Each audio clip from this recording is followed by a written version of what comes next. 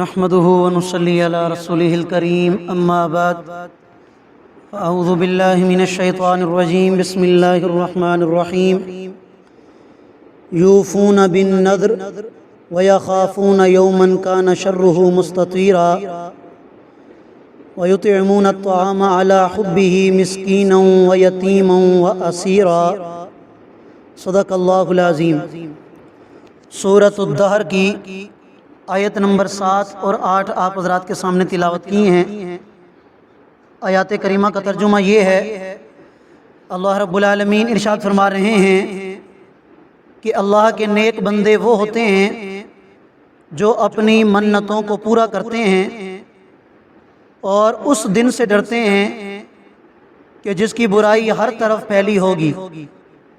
وَيُطْعِمُونَ الطَّعَامَ، اور وہ کھانا کھلاتے ہیں اللہ کی محبت کی وجہ سے محتاج لوگوں کو اور یتیموں کو اور قیدیوں کو۔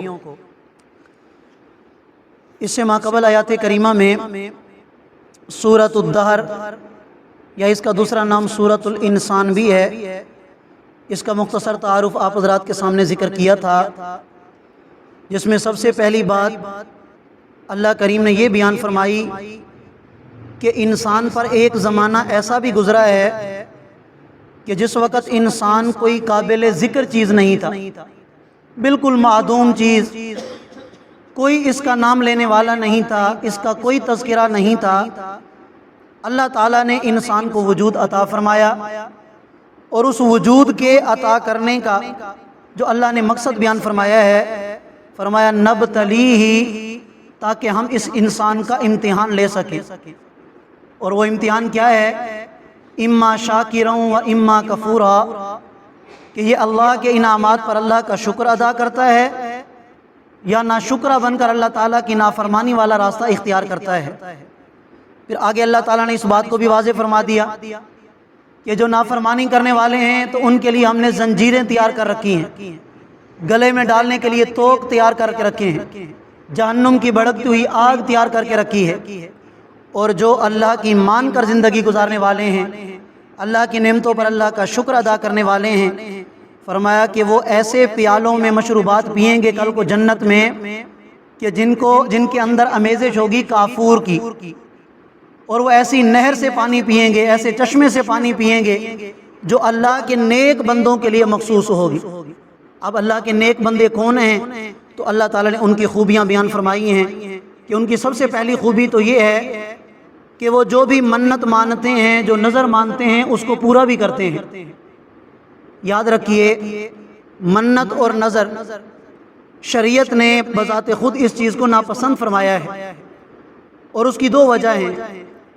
ایک وجہ تو یہ ہے کہ نظر ماننا یا منت ماننا، اس کو شریعت کے اندر ناپسند اس لیے قرار دیا گیا ہے کہ یہ ایک طرح کا اللہ تعالیٰ کی ذات کے ساتھ سودا ہوتا ہے۔ مثال کے طور پر ایک بندہ کہتا ہے اگر میری نوکری لگے گی تو میں اللہ کے نام پر دیگ پکاؤں گا، اگر میرا یہ کام ہوگا تو میں غریبوں کو کھانا کھلاؤں گا، اگر میری یہ بات پوری ہو گئی تو میں مسکینوں کو یہ صدقہ دوں گا یا میں خیرات کروں گا۔ اب یہ تو ایک قسم کا سودا ہے نا، کہ اللہ میرا کام کرے گا تو میں غریبوں کو دوں گا، اللہ میری مدد کرے گا تو میں غریبوں پر تعاون کروں گا۔ تو اس لیے شریعت نے بذات خود نظر ماننے کو ناپسندیدہ قرار دیا ہے کہ یہ عمل اچھا نہیں ہے۔ اور دوسری وجہ کہ جب آدمی کا کام ہو جاتا ہے تو آدمی کیا کہتا ہے کہ چونکہ میں نے دیگ پکائی تھی اسی وجہ سے میرا کام ہوا ہے۔ اب اللہ سے نظر ہٹ گئی، حالانکہ بخاری شریف کے اندر روایت ہے، اللہ کے نبی نے ارشاد فرمایا لا یأتی نظر ابن آدم بشیء، کہ ابن آدم کی نظر منت کچھ بھی نہیں لا سکتی۔ سب کچھ کرنے والی ذات کس کی ذات ہے؟ اللہ کی ذات ہے۔ آپ ایک نہیں 10 دیگیں پکا لیں، 10 نہیں 20 پکا لیں، اللہ نے جو چیز آپ کے نصیب میں نہیں لکھی وہ آپ کو نہیں مل سکتی۔ تو اس لیے نظر ماننے کو، منت ماننے کو بذات خود تو ناپسندیدہ قرار دیا گیا ہے، لیکن اگر کوئی مسلمان نظر مان لیتا ہے، منت مان لیتا ہے، تو پھر اس کی خوبی یہ ہے کہ وہ اس کو پورا بھی کرتا ہے۔ اور پورا کرنے کا مسئلہ بھی سن لیں کہ ہمارے ہاں جب نظر مانی جاتی ہے کہ بھئی میں دیگ پکاؤں گا یا میں بکرا ذبح کروں گا، تو ہوتا کیا ہے؟ بکرا ذبح کرنے کے بعد خاطر خود گھر والے کھا لیتے ہیں، یا اپنے دوستوں کو بلا کر ان کو کھلا دیتے ہیں، تو یاد رکھیے نظر میں دی ہوئی چیز، منت میں دی ہوئی چیز وہ لوگ کھا سکتے ہیں کہ جو زکوٰۃ کے مستحق ہوتے ہیں، جو زکوٰۃ کا مصرف ہے وہی لوگ کھائیں گے۔ اگر آپ نے دوستوں کو کھلا دی، آپ نے محلے کے بچوں کو اکٹھا کر کے ان کو کھلا دیا، آپ کی نظر پوری نہیں ہوگی، آپ کو اسی طرح کی نظر اور دینی پڑے گی۔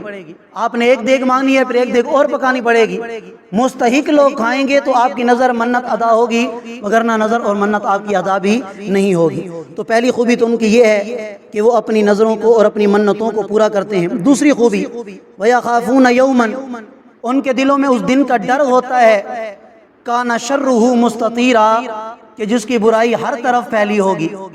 آج اگر پاکستان کے اندر شدید گرمی ہوتی ہے تو شدید گرمی تکلیف والی چیز ہے، تو باقی ایسے ممالک بھی ہیں کہ جہاں سردی ہوتی ہے، یہ تکلیف پوری دنیا کے اندر پھیلی ہوئی نہیں ہے۔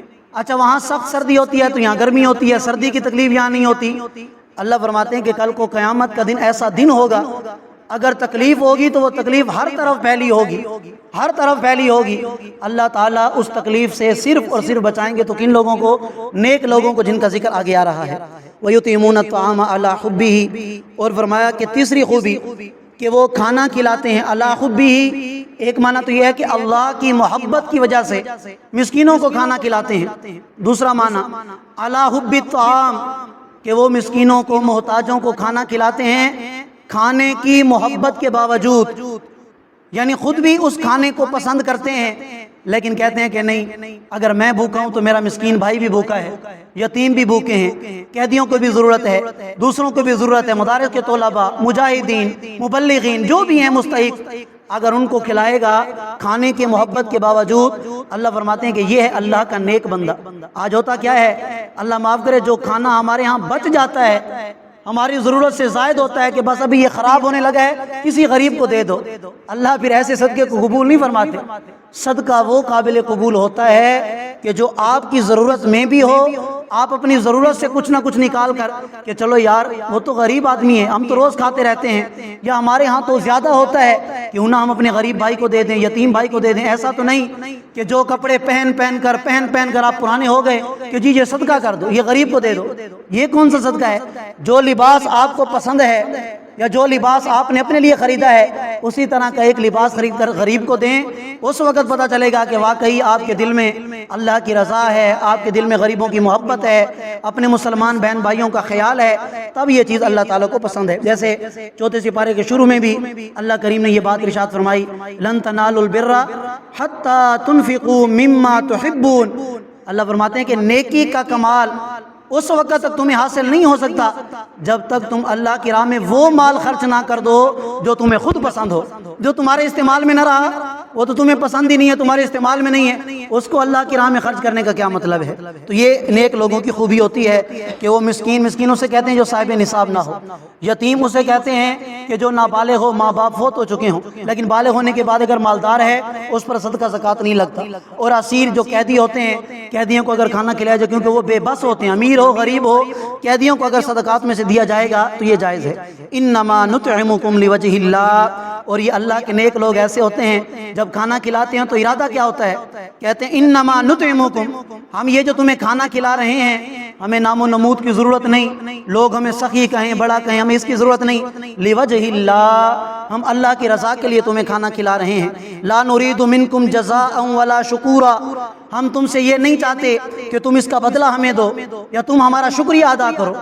علماء کرام اسی آیت کریمہ سے اس مسئلے کا بھی استدلال کرتے ہیں کہ اکثر لوگ یہ کہتے ہیں کہ یار دیکھو یہ کیسا غریب ہے، میں نے اس کا تعاون کیا، اس نے شکریہ بھی ادا نہیں کیا۔ بھائی آپ نے اللہ کی رضا کے لیے اس کا تعاون کیا ہے، وہ آپ کا شکریہ ادا کرے نہ کرے، آپ کے لیے دعا کرے نہ کرے، حتیٰ کہ علماء نے یہاں تک بھی کہا ہے اگر کسی غریب کا تعاون کریں تو اسے یہ نہ کہیں کہ میرے لیے دعا کیا کرو، اگر دعا کا کہیں گے یہ بھی بدلہ ہے، بدلے کی نیت سے نہیں، خالصتاً اللہ کی رضا کے لیے۔ اللہ نہیں دیکھ رہا کہ کس نیت سے آپ اس غریب کا تعاون کر رہے ہیں، اللہ کا بندہ سمجھ کر آپ نے اس کا تعاون کیا۔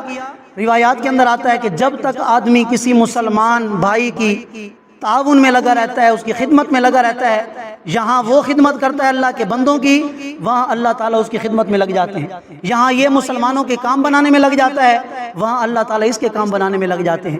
اس لیے اخلاص کے ساتھ، للہیت کے ساتھ اگر یہ صفات ہم نے اپنے اندر پیدا کر لی تو اللہ فرماتے ہیں انا نخاف من ربنا یوما عبوسا قمطریرا، وہ نیک لوگ کہتے ہیں کہ ہمیں تو اس دن کا ڈر ہے اپنے رب سے، عبوسا قمطریرا، جس دن چہرے بالکل بگڑ جائیں گے۔ فوقاہم اللہ شر ذلک اليوم، اللہ فرماتے ہیں کہ ایسے نیک لوگوں کو اللہ تعالیٰ اس دن کی برائی سے بچا لیں گے۔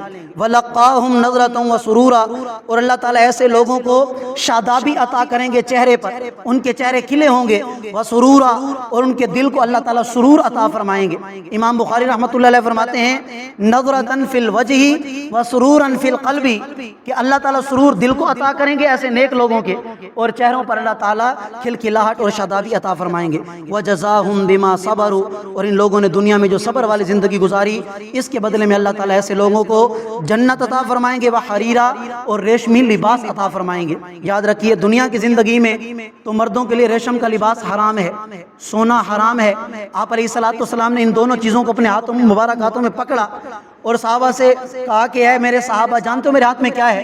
تو صحابہ نے عرض کی یا رسول اللہ ایک ہاتھ میں ریشمی لباس ہے، ایک ہاتھ میں سونا۔ تو آپ علیہ الصلوۃ والسلام نے ارشاد فرمایا ان اللہ حرمہما علی ذکور امتی، کہ اللہ نے ان دونوں چیزوں کو میری امت کے مردوں کے لیے حرام قرار دے دیا، لیکن جنت میں تو پھر یہ احکامات نہیں ہوں گے۔ اللہ تعالیٰ علیہ جنت کو ریشمی لباس عطا فرمائیں گے اور یہ جنت بھی عطا فرمائیں گے۔ اللہ سے یہ دعا ہے اللہ ہمارا شمار بھی انہی لوگوں میں فرما دے۔ جزاکم اللہ۔